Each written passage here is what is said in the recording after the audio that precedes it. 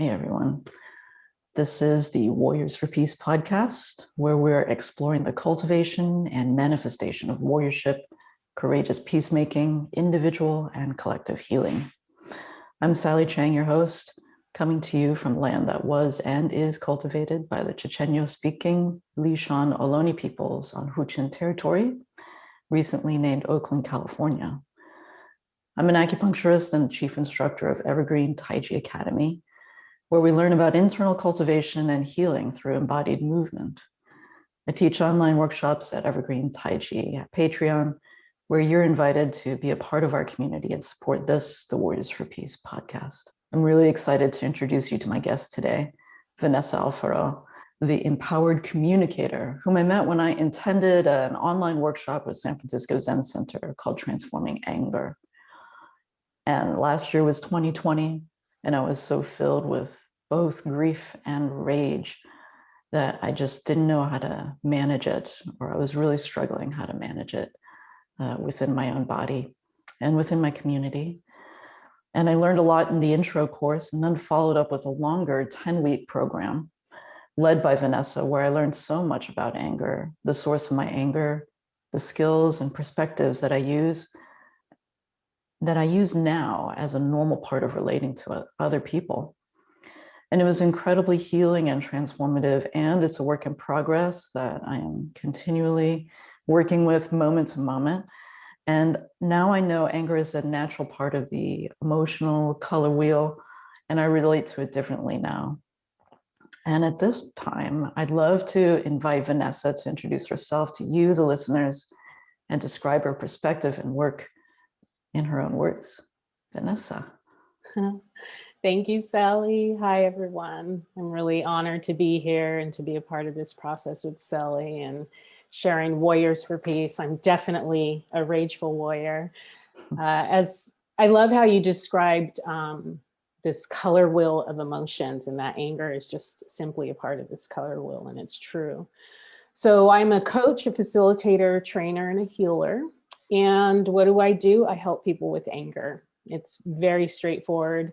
Most people would think, oh, you offer anger management. And yes, and I like to call it anger transformation. I moved away from the word management because we're trying to manage and control our experience. And I did a lot of that personally. Mm-hmm. I tried so hard to control this part of me that was closeted. I am a rageful woman. I have a background in my family where I grew up in a very hostile, violent environment. And of course, I didn't want to be hostile and violent in the world. But there was this part of me that learned those behaviors. And so I would stuff, I would suppress, I would hold it in, I would do everything I could to control it. And it was just coming at a cost to my health and well-being. And it was too much. It was exhausting. And finally, I thought there has to be a way to authentically express this part of me that I no longer want to hide, that I no longer want to suppress. And so I started doing research and I found this algorithm. And that's what it's called, an emotional algorithm to process anger. And so I offer trainings, workshops, and I was honored to have Sally be a part of my work. Yeah. So it's such an interesting choice of words. Like, why do you call it an algorithm? An emotional algorithm to process anger. So an algorithm is a step-by-step process. That's what algorithm means. It's a logical step-by-step process. And you often hear that word in mathematics. Right. Algorithms are created. So that's what I'm used to associating with. I'm like, what does anger have to do with mathematics? I was never good at math. How is anger related to math? So yeah, can you just say that again? It's a logical step-by-step process. Yes. So that's what algorithm means, a logical step-by-step process. Mm-hmm. And the reason, so I used to be a mathematician, and mathematics can be very messy, and it also can be very orderly, algebra, a step-by-step process. So when I started to work with anger and rage, I found this process that's rooted in nonviolent communication.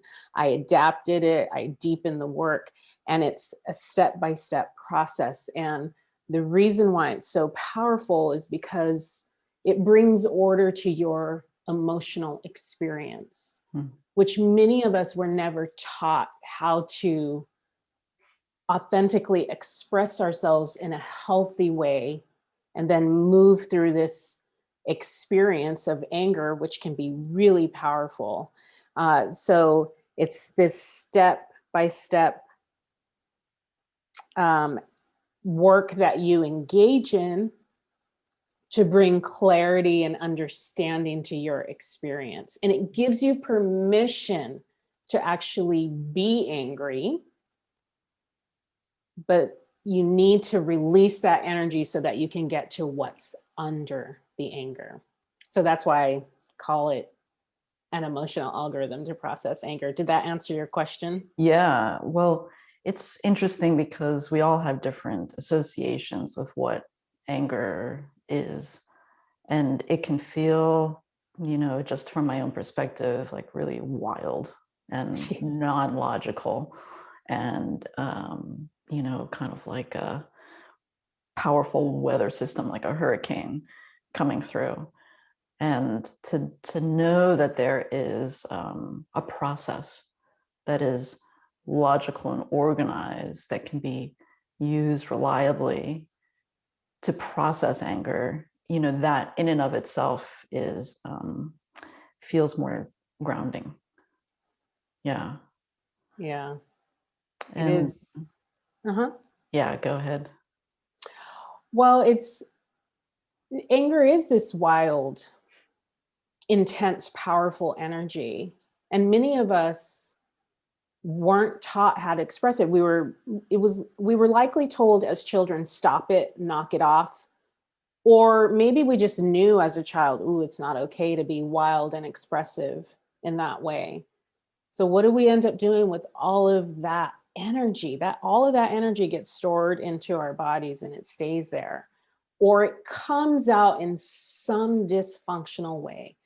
Anger is just a natural primary emotion. It's a primitive response. It's just a part of our experience. And for me, I needed to give myself permission to be able, when I work through my algorithm, by the way, I do it in a private place where I'm alone, but I give myself permission to access this wild, primitive part in me, and so that I could release this energy.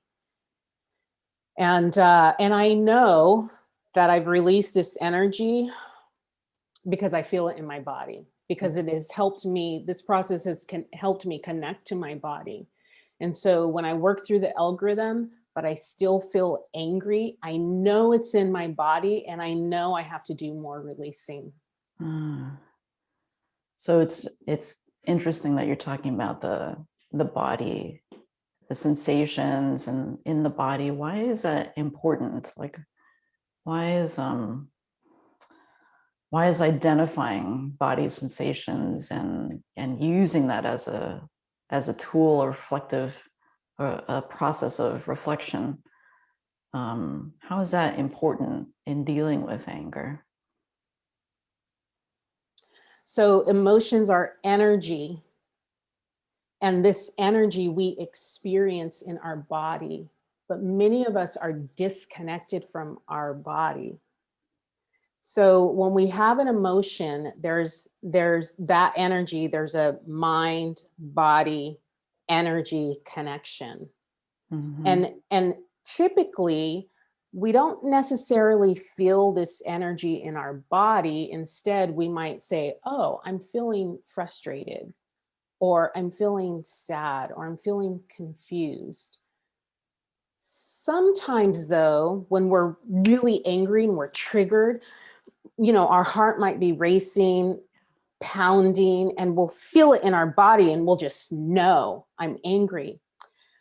But this is why it's so important to get connected to your body, because many of us have trained ourselves to suppress anger, to completely ignore it, to completely shut it down.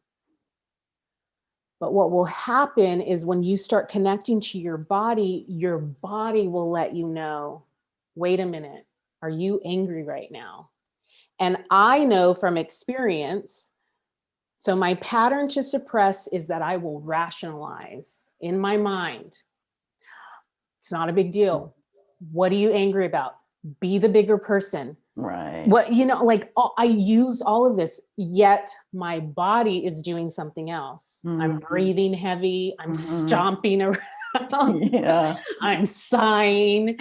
And then it's like, oh, no. Wait a minute.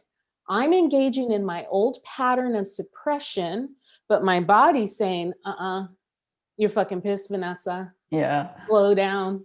And then I acknowledge and I say, okay, I'm really fucking angry about this trivial thing that I'm telling myself I shouldn't be angry about.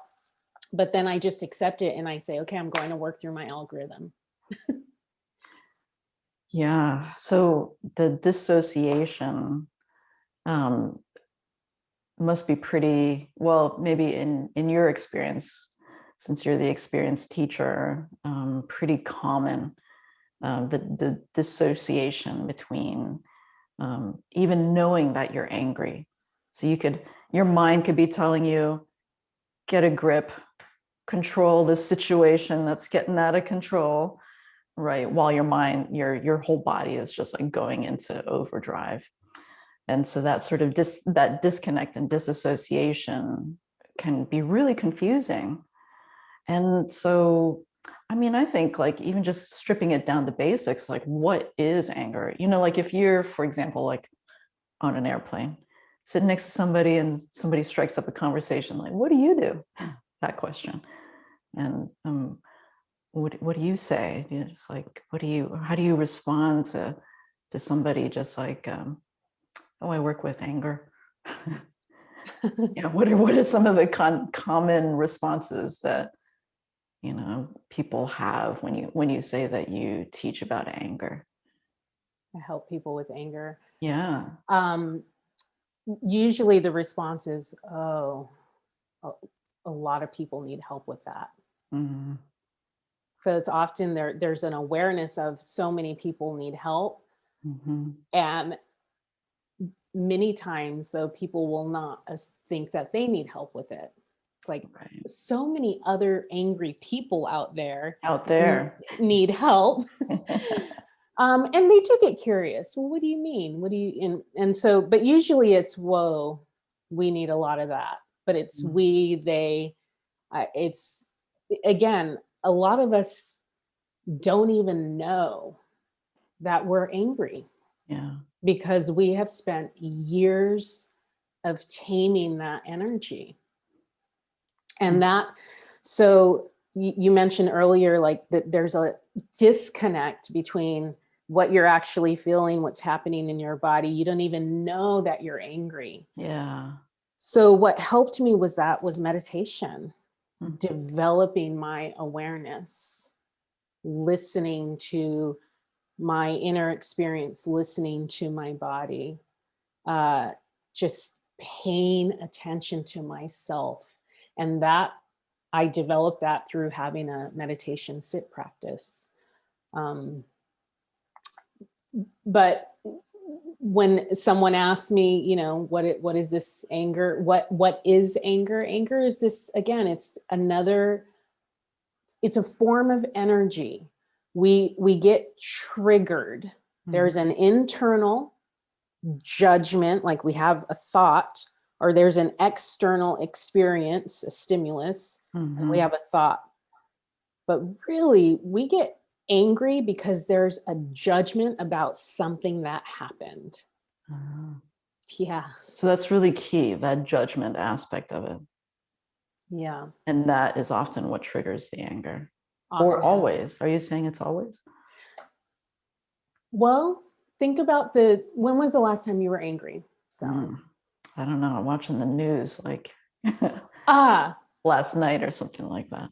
What did you see on the news? Well, let me, okay. You're asking to be really specific, right? Yeah.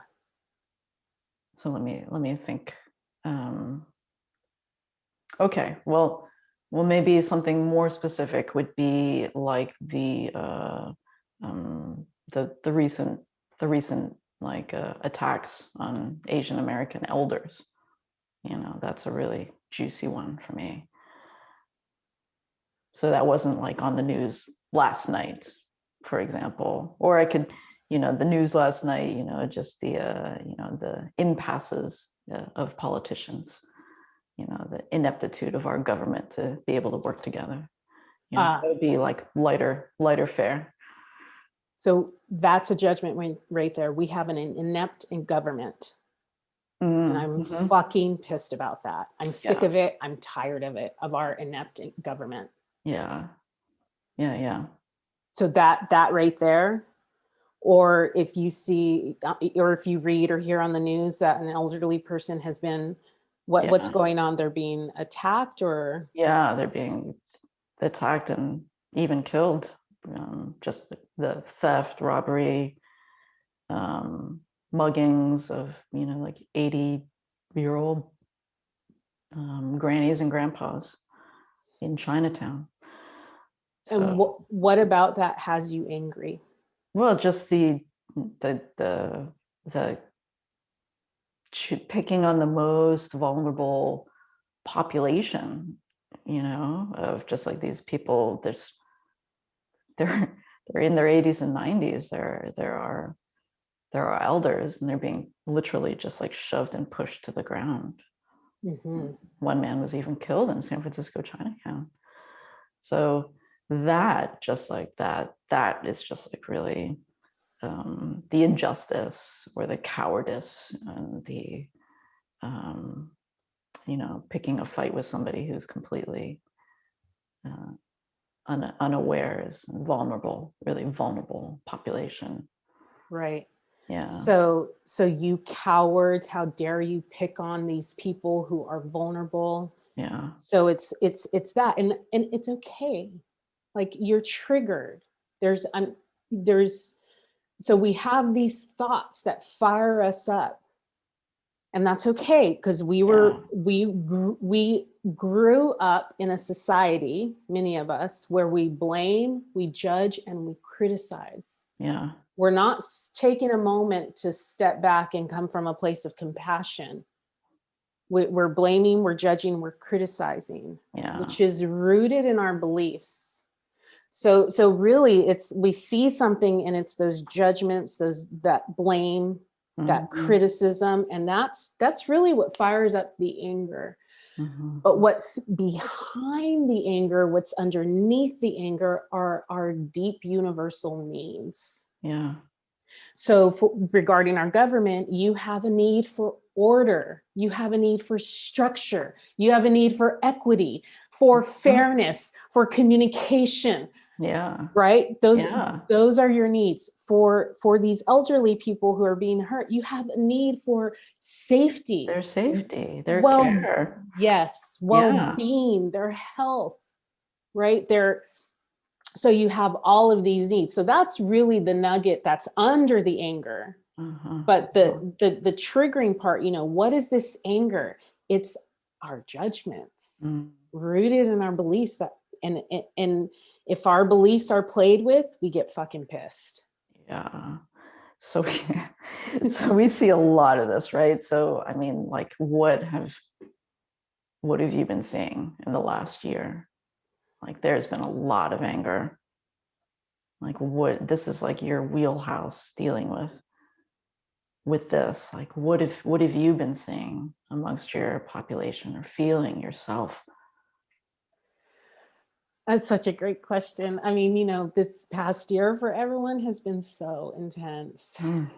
And anger and rage mask and cover up deep, deep fear and terror. Fear and terror. Yeah, those are strong words. We have a lot of fear and terror in our bodies from a long time ago. That was passed on to us, maybe from another lifetime.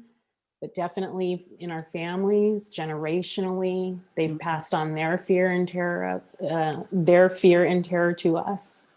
So anger and rage is an incredible like defense mechanism to cover up that vulnerable place of fear and terror.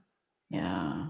So what I've realized this past year is just how vulnerable people are, particularly in our country, that the fear was just under the surface, the fear and the terror, but the anger that's covering it just under the surface. Yeah. So between COVID, the political climate, everything going on with police brutality, all of that was just under the surface, waiting to be revealed. Yeah. So there's this thin veneer of stability, for example. Yeah. And when you strip that away, or when that becomes dissolved, like what are the core needs that are there that you've been seeing? Deep need for connection.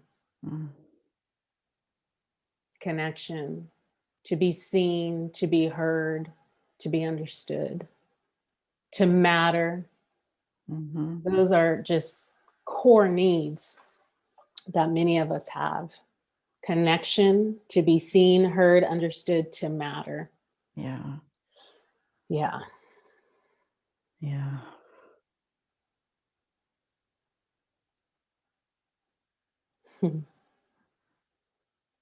Yeah, And when I just feeling into that wanting to belong, that validation is such a core human experience, right? And it just like, if the whole country is like or the world even is could be extrapolated into like a meta body. You know, if you put that whole kind of system back into a family, you can see like how the childhood wounding, you know, or non-wounding, you know, for somebody who is seen and heard by their family, and then somebody who isn't seen and heard or validated by their family, you know, and the traumas that can arise from that. yeah. Yeah. Yeah. So Vanessa, like, how did you get really interested in this stuff? I mean, you said you were a mathematician and a teacher, a professor before your previous career.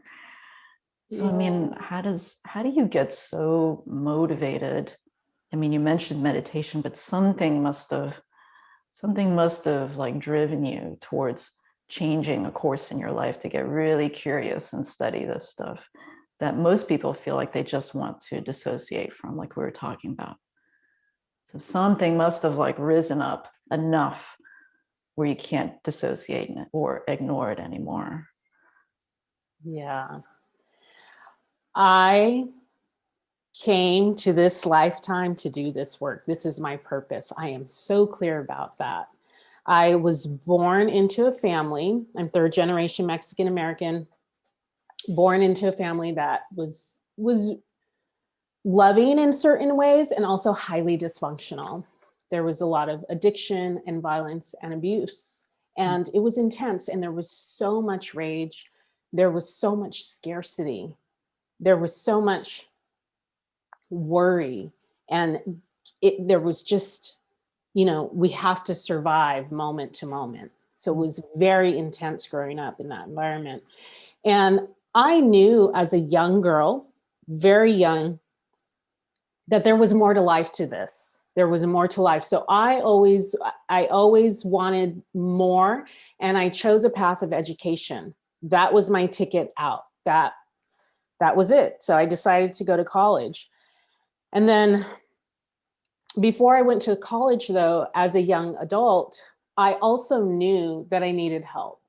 I was very depressed. And I knew I had rage. I knew it was a problem. I didn't know what to do about it. Again, it was very closeted. I didn't want anyone to know, because I tried so hard to be really good. I didn't want to display those acts of violence and aggression.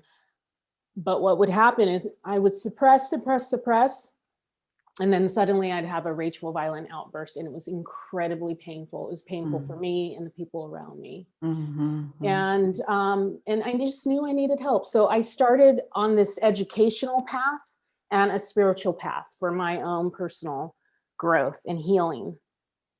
And then, I followed my educational path, which led me down the route of mathematics. And so I was a teacher, high school math teacher for a long time, about a decade.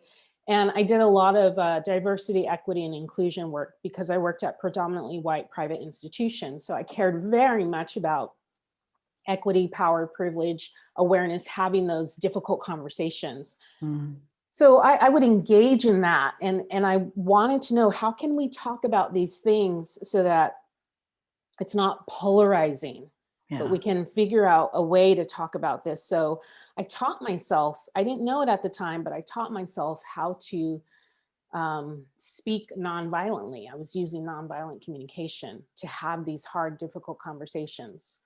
So while doing that, and then also continuing to work on my own personal development, again, I think it was during the time where my health was being affected. I was diagnosed with an autoimmune disease, but I just knew, like, what is going on here? This doesn't make any sense to me. I meditate, I exercise, I do yoga, I do sits, I'm in therapy. And why do I feel this heaviness? What is going on? And so I just realized, again, with my awareness through having developed my awareness through meditation, I just realized my anger, like I am stuffing and suppressing this part of me, and it doesn't make sense. Why isn't there a way or somehow to express myself that feels healthy and conscious? So between the work, the diversity, equity, inclusion work that I did at these private high schools, and then my own personal work with wanting to figure out anger and rage. And when I found this process and it worked for me, I thought, this is it. This is it. If it fucking works for me, because I am a rageful woman, if it works for me, it's going to work for many people, and I want to share it. Yeah. Wow. So, okay. So then there are a couple things he said. So one is that I think that is it's something that I can relate to personally, because of the way that I grew up, was just like, what is wrong with me? I'm angry. I'm full of rage. I'm out of control, and something's wrong with me. Like, so that's the judgment that you were talking about before, right? That's sort of like, that's self-policing. Like, where does that police come from? Whether it's societal or cultural or familial or a combination of all those things. Like, what is wrong with me? But I think that is, it's a really common response, especially with women, right? I think that especially women in our culture, or at least in my culture, not allowed to have an angry emotion. So that transforming it from like, what is wrong with me, to validating anger as just a human emotion, and then finding a process to understand what anger is actually telling us about our needs. I think that's what you're talking about, right? Yeah, absolutely. Yeah. We are conditioned to not express anger. We are conditioned. It's really deep. And depending on your culture, in my culture, to be angry towards an adult, to have anger towards that, was utterly disrespectful. It was not okay. Yeah, I can relate to that. Or yes. So, and girls cry, boys don't cry. I mean, all of these conditioning around gender and how we're supposed to behave, and girls are not supposed to fight and be violent or be rageful, because then they'll be seen as a fucking bitch or, you know, a problem. Right. And so again, it just goes back to this acceptance, like, no, this is in me. I feel it in my body. And I always use nature as just the ultimate truth. So I live in San Francisco, and I've been going to Ocean Beach, and Ocean Beach changes dramatically every day. In the evening, it can be really dark and foggy and intense and wild and scary. It's the ocean. It's the ocean, and you not a lake. No. And Ocean Beach is intense. And then there are other days where it's calm and it's clear and it's sunny and it's beautiful. There are other days where it's sunny, but it's windy. And the sand is just blowing everywhere. That is nature. That is us. Those weather systems are happening inside of us. That's right. Yeah. And it's physical. It's physical. It's not just like some mental construct of like, oh, I'm feeling angry, I'm going to turn that off. Switch it off. Right. So that's like this physical, chemical, hormonal, just temperature regulation, circulation, heart beating, autonomic system, just like this whole like kind of wild animal. It's part of our wildness, right? Yes. Yeah. And even that is transformation. I accept this wild part of me, and I'm going to look at it, and I'm going to be with it, and I'm going to honor it and respect it. And I'm going to use Vanessa's algorithm to move through the process so I can understand and connect to myself on a deeper level. And it doesn't destroy me or destroy my relationships. I think that's like a huge fear and a reality for a lot of people, right? I mean, there's a lot of folks, whether they're coupled or not, who are cooped up together in this time. There's a lot of people who are not safe cohabitating with in relationships that are not healthy. It's just like, so that it can be like this incubator, right, for this whole pressure cooker situation of feeling victimized by the world, right? The judgment and the victimization of the world is doing this to me, I don't have control, and the kind of the potential for anger to spill out and become really damaging. So I feel like the algorithm, or having some sort of tool or process or system to be able to understand anger, like even the cues of anger, like something that I learned from you too, is like with the somatic work to find like those cues of anger, like what you were talking about, the speeding up heartbeat, starting to like break a sweat, or kind of like the ringing in the ears, or the neck the hackles on the neck starting to go up, or the jaw tension starting to clench down, or even the throat, right? The throat clenching, all these kind of hallmarks of like what it is like physically, before the mind can catch up to the rational mind can like catch up to what's going on. The somatic is like the process is already like speeding away, right? So it's just like that's something that I found super kind of useful and also empowering, to try to recognize it earlier on, rather than having it just like go over the cliff and then deal with the car wreck,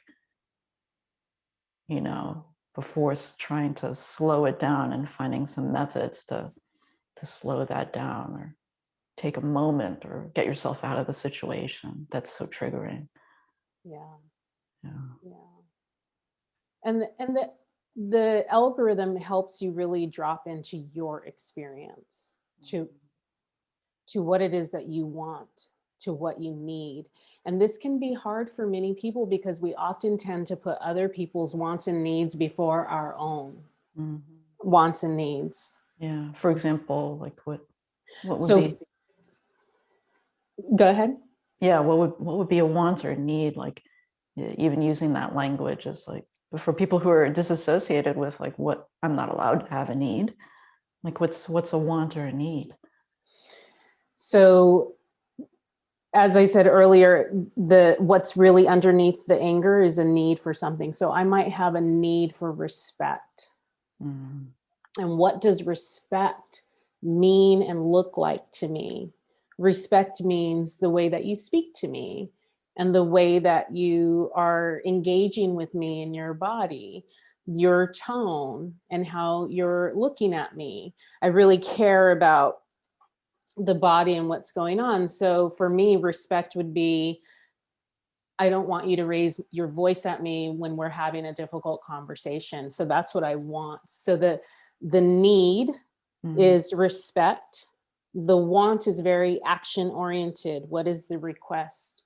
I don't want you to raise your voice at me when we're having a difficult conversation. Okay. I want us to do our best to talk to each other in a calm manner. And if we can't and we need to separate so that we can express anger and rage or yell, then we have that agreement. Now, it could be that you might have an agreement of, well, it's actually, what if I do want to raise my voice? What if we decide we want to raise our voices? Is that going to be okay? And so this want can start a beautiful conversation of this is what I want. And then an agreement and engaging with the other person. Sometimes though, you won't get your need met by the other person. So you have to figure out and be really creative. Like, how do I get my need for respect met? What do I want to do for myself? Do I need to establish boundaries? Yes. Right. Do I, what type of conversation do I need to have? What do I want to do for myself? Yeah, I think that's a really intense place that is also like you don't necessarily have a partner or in the relationship who's interested or willing or capable or available. Maybe that person is dead. Maybe that person is like a family member who you have all this unresolved stuff with that you're never going to get that validation. You're never going to get another conversation. You're never going to get that. So it's like, how do you do that for yourself? How do you identify those needs for yourself? Like, do you imagine yourself in that conversation with this person who's not available for whatever reason? Like, how do you find yourself, like, create a safe space where it's not reliant on the other person's response? Yes, that's such a beautiful question.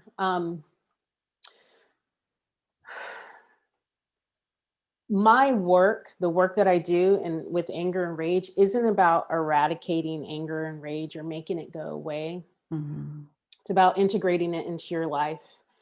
I'm always working on my old conditioning and noticing when I'm angry or suppressing my anger and rage. I work with it all the time. If I have something to process from a long time ago, something has bubbled up and surfaced, has been made to in my awareness that, oh, I need healing around this. Even if the person is dead or no longer in my life, I still work through the algorithm. I still use the algorithm there are 8 steps in the algorithm. I write every step and I spend a significant time venting. If I have anger and rage toward this person, I give myself permission to vent. So I release and move that energy. I write it all out. And then I go out somewhere in a private, secluded place, and I read everything that I wrote out loud. And I just put it out there to the universe. Mm-hmm. And the intention is for my health and well-being, for my clearing, for my forgiveness of self. That's a big word. And the other. Yeah. So this is a form of release. And if I can still feel the anger and rage in my body, I know I need to keep venting. So I might have to scream what I wrote out loud and just keep saying what I need to say to this person. I was so hurt. You hurt me. You fucking hurt me. You didn't respect my boundaries. I mean, you go until you get to that place of, here's the wounding. I've identified the need, and just be in that place of tears, healing, holding yourself. So this is so empowering for you. Like, oh yeah, I am capable enough to heal this part of me, and I can take care of myself in the process. I don't need that other person here. Wow. Yeah, that's so powerful, to not be completely reliant on the other person's response. Because I think often we're so externalized and into the blame pattern, because it's weird, right? Because blaming can feel really, even though you're in a victim position, it can feel really powerful. Like, you did this to me. You're the jerk. You're the wrong one. I'm never going to forgive you. And that makes me feel powerful to like take something away from you. Like, you don't deserve my forgiveness. You don't deserve my attention, even though I can't stop thinking about you. Isn't that how it is, right? It's like, I can't stop thinking about this. It's like, it's in my dreams. It's in my, like, I can't get away from it. It's like everywhere with me. I'm so angry. I'm like playing our conversation over and over again, cyclically in our mind. I'm the judge, I'm the jury, I'm the victim, I'm the punisher, right? Right. And all of those things can feel really powerful. Like, I think especially in a situation where the other person isn't available in some ways, because there's no growing up of the relationship, or so it seems, right? It appears like there's no potential for growing up of the relationship. So you just stay in that kind of grinding on that like wounded place, or the last argument in a whole litany of arguments. It's like, that last argument really got me. That sort of thing. Yeah. So why is venting important? Because doesn't that just make you more angry? Like, how does venting not make you just more angry? Because the judgments are there. The venting piece is very ego. That's where you get to blame. Yeah. And you get to judge. And you get to point the finger. How fucking dare you do that to me? Yeah. Because it's there. And it's a part of moving the energy of anger, instead of just, when you go into thought patterns of, I'm not going to blame, I'm not going to judge, I'm going to be the bigger person, I'm not going to do this, I'm not, just that is suppressing, and that's like stuffing down the energy of anger. Words are really powerful. I don't just say what I need to say, I'll scream it.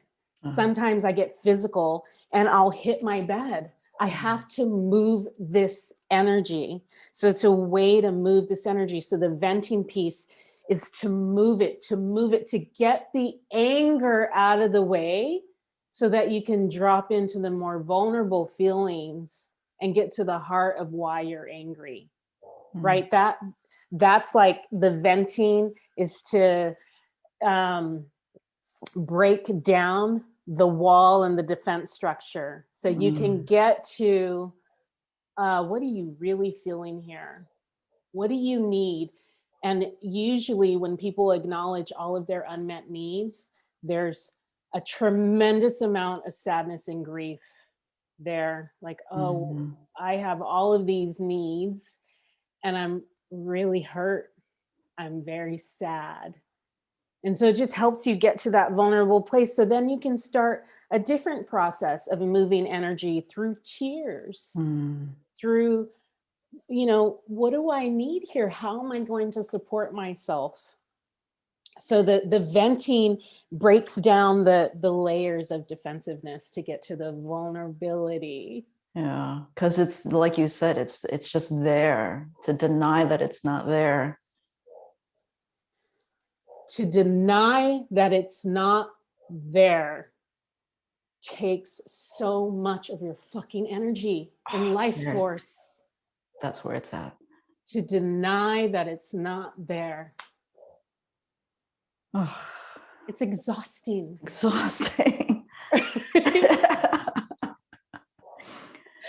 Yeah, like it requires, you have to fund that shit, right? You are like financing that, right?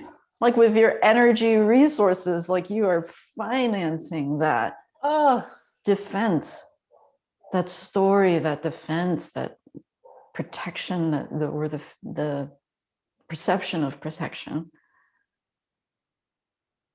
is so much energy. And you can really live a whole life spending a lot of energy right there. We do. Yeah. I was living my life like that and I couldn't do it anymore. Did you bottom out or like just couldn't? What was the turning point?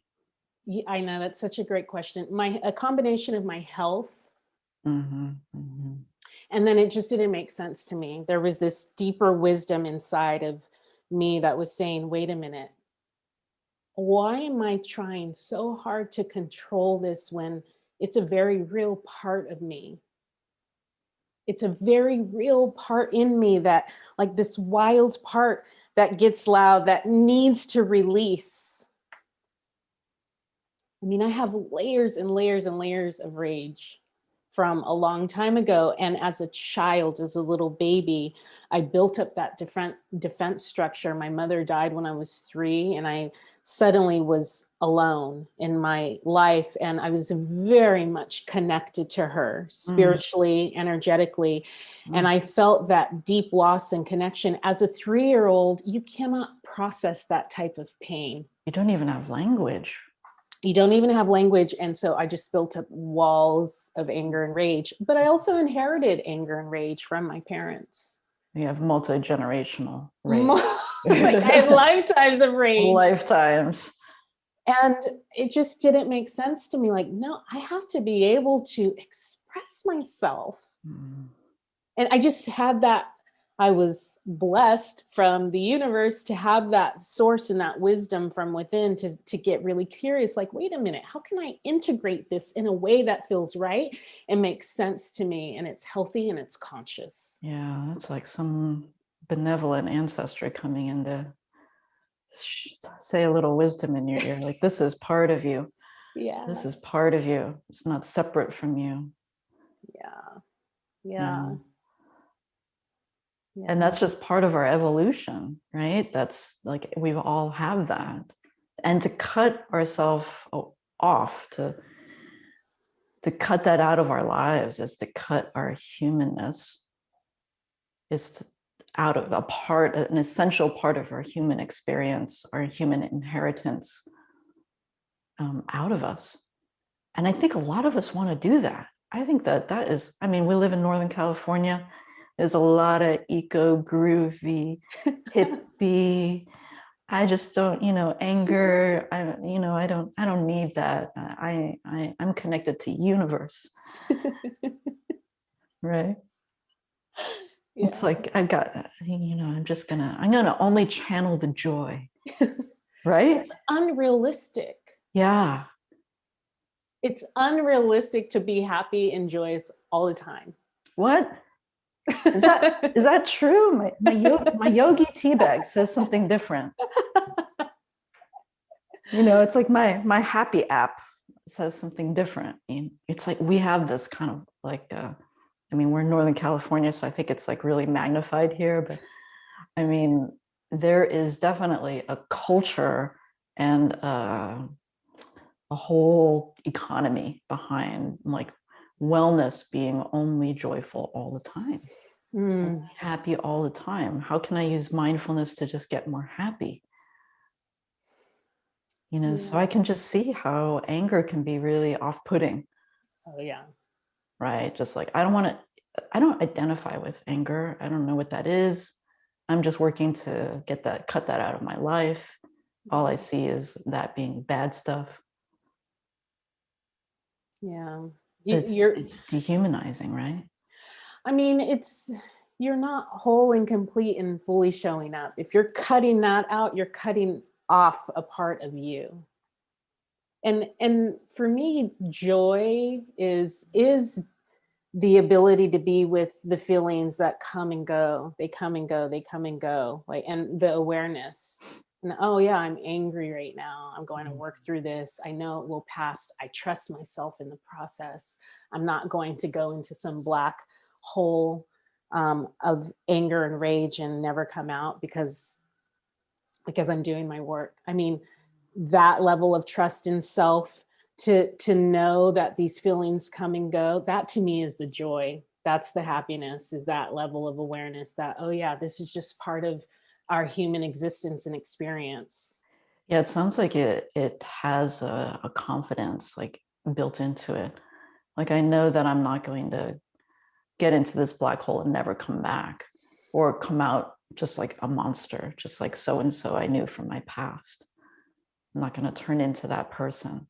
Like that takes a lot of courageous introspection to develop that kind of confidence. Right. And we all have that ability. We do. We do. We just have to be willing to commit to ourselves in this way. Yeah, I think that's like the part of warriorship that I see. I've practiced martial arts for a long time, so there's a part of that is that deals with conflict as a part of the practice. But that type of warriorship of like standing at the edge of chaos and the lack of control, and there's a lot of ways to express warriorship. Or to be a warrior who calls himself a warrior, and what are you a warrior for? Like what are you fighting about? What are you standing with? What are you defending or protecting? Those are for me all really important questions in being a warrior, and not going over to the dark side. Like how do I not become Darth Vader in the process, right? I mean, that's like the whole good and evil. Like, how do I not become a monster if I can relate to and recognize as real this sort of wild anger that exists inside of me? But it sounds like from what you're teaching, what I've learned from you and my own personal practice and work, is that the only way is through, is that you do have to confront those things as realities. They have to come out of the abstraction of good and evil, right? And get into a more complicated place of like anger is not always, it's not good or bad, right? Yeah. It's not binary. That anger can actually teach you a lot about yourself. So much about yourself. Such a beautiful, beautiful emotion. And emotions are not good or bad. They're not right or wrong. They just are. It's energy. It's So even energy. if they don't feel real good, Yeah. they themselves are not good or bad moralistically. No, they just are. And again, it's part of the human. We don't. I have a friend who lives in Greece, and I told her how it's sunny here in the Bay Area all the time, like mostly all the time. Yeah. And she said to me, she said, "Wow, that sounds exhausting to be happy and joyous and out in the sun all the time." She said, "You don't get an opportunity to have a winter to go inward." Mm. And I just thought, oh yeah, That's so profound, isn't it? right. Yeah. Right. Well, maybe there's some kind of like environmental reason why we have that proclivity here to think that we should be happy all the time, or that anything besides happiness, like that happiness is the only valid experience. Yeah. And again, it's this integration of all of these parts in us. And, anger is associated with this, bad part. Yeah. Do we have some badness in us? Sure. It's just an integration and acceptance of who we are. Mm. This is a part of me that's very real, and I fully accept it. Yeah, and just even hearing you say those words is very calming. I think it's like what we were talking about before, that like you spend a huge amount of energy defending on that level of staying blaming and angry, and just like bringing that inside of the human experience, our own human experience, owning it as a part of ourselves. It feels grounding. And that kind of chaotic energy that is just outgoing, some of that energy starts to come back into the system. Yeah. Yeah. Yeah. I mean, I really love that, Sally, because I'm thinking of the venting piece where you do get to like, release that chaotic energy, and then you release that, and then you come back and bring in this energy that's for you, for the healing, to connect to yourself. What are my needs? What do I want? It's really about deep self-connection and bringing that energy in to connect with you. Really, really, you are the one you've been waiting for. You are the key to your healing, to your connection to yourself. And we don't realize that. We're not taught that, wow, we are so capable.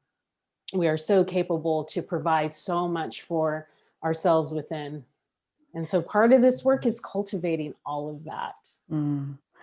Yeah, it makes me think of Margaret Cho, the comedian. It was like back in the 90s, I think. She did a one-person show that was called "I'm the One That I Want." Yeah. For me, like as an Asian American queer woman, having like another person who looks like me up there saying "I'm the one that I want" was just like really profound. But that's like the essence of what you're saying, is it's like I want all of me. I want all of it. And I think it's really important to work with folks, to work with teachers and community and relationship in this work. I'd love to hear what you think about that. But I think it's been like, I haven't been able to just learn about these things all on my own.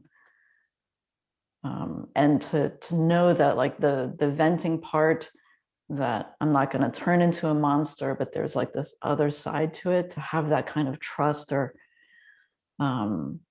like container of having a therapist or a teacher like yourself, or even my martial arts teachers or a family member, friends, that are there to reflect you back to yourself, to know, to say that you are a whole person, to know that there's like an other side to that. Because I mean, you can see in the world how, just if you just stay in the ventilation part, how much damage that can do.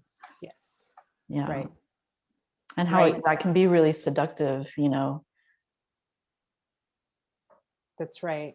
And many of us only stay in the venting piece, Mm-hmm. or we only, you know, or we might exercise or do something to help move the energy, but we just stay there, and it's not enough. The venting is just not enough. Mm-hmm. It just, so with my algorithm, that's why I have these steps. It's moving through the full expression of anger. It's just not about being this wild creature venting, screaming, yelling, letting loose. No, it's also about allowing yourself to get to that soft, open, vulnerable place. And yes, it's, you know, while I'm all about empowering oneself and really honing in and cultivating your inner resources, um, yes, I work with teachers all the time. It's important to have community healers, Mm-hmm. teachers, people to support you in the process. Yeah. Yeah. So I get to help others, but I also receive a lot of support and help. Yeah. Yeah. We all need that. And how does this affect relationships?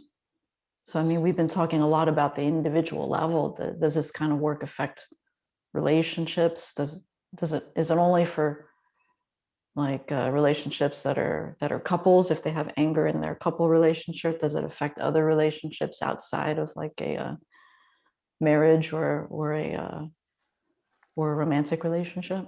I mean, absolutely. This work is for, my clients have come to me because of relationships and lack of connection, and anger's getting in the way, whether it's personal or professional. Mm-hmm. And it helps them have the conversation that they need to have. Whereas before, anger would get in the way and they couldn't even have the conversation. Yeah. So it works both professionally and personally. Yeah. I Yeah. think that's a huge part of like, you know, how what we do on an individual level really affects the whole, like a, you know, like a throwing a stone in a pond, the ripple effect. That if we can have access to our whole self and be rageful, but then also find a way back to our own wholeness and connecting with our self-validity that we're giving to ourselves, and to those vulnerable places where we've been hurt, that it's like you can see that in other people, right? When somebody has like a path there, like you can feel it in other people, like as a kind of maturity, right? Yeah.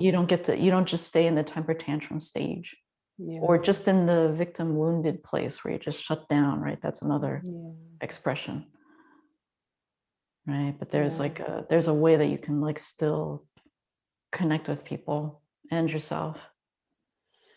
People will feel your light. They'll feel the healing that you've done for yourself. And anger is a gateway to some deep healing that I mean, we all need healing. We've all had trauma. We've all been through something, all of us. And so anger is an opportunity for healing. And when you are healing and working on yourself, and people feel that and people know it. Yeah. And we all want the world to heal, but that starts from within individually. Mm-hmm. Mm-hmm. Yeah. So tell me how um, we can connect with you this Yeah. year. This year is 2021. Are you available in teaching? How can listeners find out more about you and learn about what you're offering? Yeah. So you can find me online. I have a Facebook page. I'm on Instagram. I'm Medium, YouTube channel, Google Vanessa Alfaro, the Empowered Communicator. And you can contact me through email, info@vanessaalfaro.co. You can call me. I have a bunch of trainings scheduled this year. Those Yeah, are what's all coming up? What's coming up? Yeah, those are all listed on Eventbrite. So I have a 4-hour training. It's called an emotional algorithm to process anger. And that's an introduction to the algorithm. And I walk you through the steps and I facilitate that process for you. And then I have a 3-day workshop that just goes deeper. That's called From Anger to Creating Peace, Freedom, and Healing. And so we look at, there's visualization, there's meditation, there's movement, there's some ancestral work, there's some, it's rooted in, some of the work is rooted in psychology and transference. And so that's really juicy, rich work. And then are these groups, like, are you interacting with people in these groups? Yes. So these 2 workshops are through Zoom and they're groups. And so folks will work with each other in dyads, and then I'll also be teaching and facilitating and coaching. And yeah. So how is that helpful? How is that helpful to work with other people who are in this? It normalizes anger for so many people. They don't feel alone. Yes, that's the big part. It's like, oh yeah, all of us, we're normal. We're not weird or wrong or, Aberrant. Right. There's a space for this, and it just normalizes anger. Yeah. And do you do one-on-one work as well? Like if somebody wants to do that? Yes. So I also offer private one-to-one coaching, and I have a 3-day intensive and a 6-month program.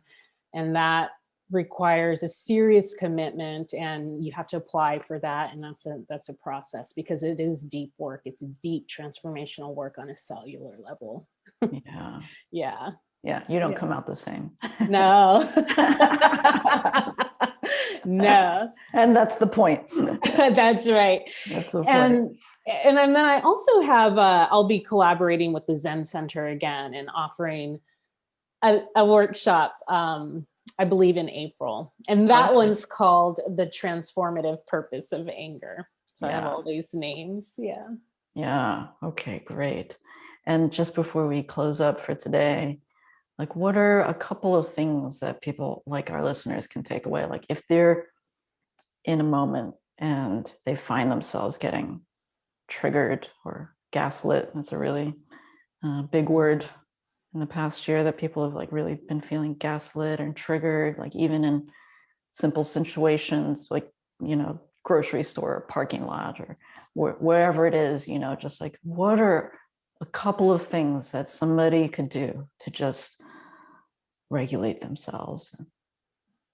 The first thing is just to give yourself a silent acknowledgement. I am so fucking angry right now. I need respect. I'm so angry right now. I want equity and fairness. I'm so angry right now. I need safety. I need to be seen. So it's a simple acknowledgement of your experience. Start right there. Instead of pushing it away, ignoring it, give yourself empathy. When you acknowledge how you're feeling because of what you need, you're giving yourself empathy. You're giving yourself love. You're acknowledging your experience and who you are, and you're connecting with yourself. And that could be something done silently. So do that for yourself, and then just be with the experience of it. Take a few moments, start engaging in deep belly breathing, and just acknowledge. And if you need to vent, give yourself permission to vent. Give yourself permission to vent. And then ask yourself, what do I need here? Keep working with your needs. Keep working with your needs. On my YouTube channel, The Empowered Communicator, I have a couple of videos, 1-minute self-empathy, how to be with anger in the moment. So if you have questions about any of this and you want to learn more, reach out to me. Okay, so we'll put some links on our YouTube channel when we publish this too, to some of those links to Vanessa's YouTube channel. I mean, 1-minute self-empathy. I mean, we should be doing that all the time. Just takes just a minute. A minute. We would be, self-empathy all day long. Right. Right? Really? Really? make the world a lot more peaceful. That's for Oh sure. yeah. Oh yeah. Yeah. Thank you so much, Vanessa. This was such a pleasure. I really appreciate that you take the time and all of the work that you've done. I mean, to me, it's just like it just shows your experience and commitment and your dedication to peacemaking and through this kind of work. And it's really just feels so important and crucial in these times, but in all times, because this it's not like anger is only just popped up now in this century. You know, it's part of our human experience, so it's always been there and it'll always be there. So finding a way back to connection and wholeness is like, it's so important. So thank you. Yeah. Oh, thank you so much, Sally. Thank you for having me. I'm honored and grateful for the opportunity, and really that peacemaking starts from within. Yeah. If you can be at peace with yourself, oh, hell yeah. Yeah. That's where it's at. Yeah. Yeah. All right. Thank you All so right. much. And I'll talk to you soon. The Warriors for Peace podcast is a branch of Evergreen Taiji Academy. Support more conversations like these by becoming a member. Find out more at patreon.com/Evergreen Taiji. That's Evergreen Taiji. Our online practice community is a resource for your internal cultivation. Join us.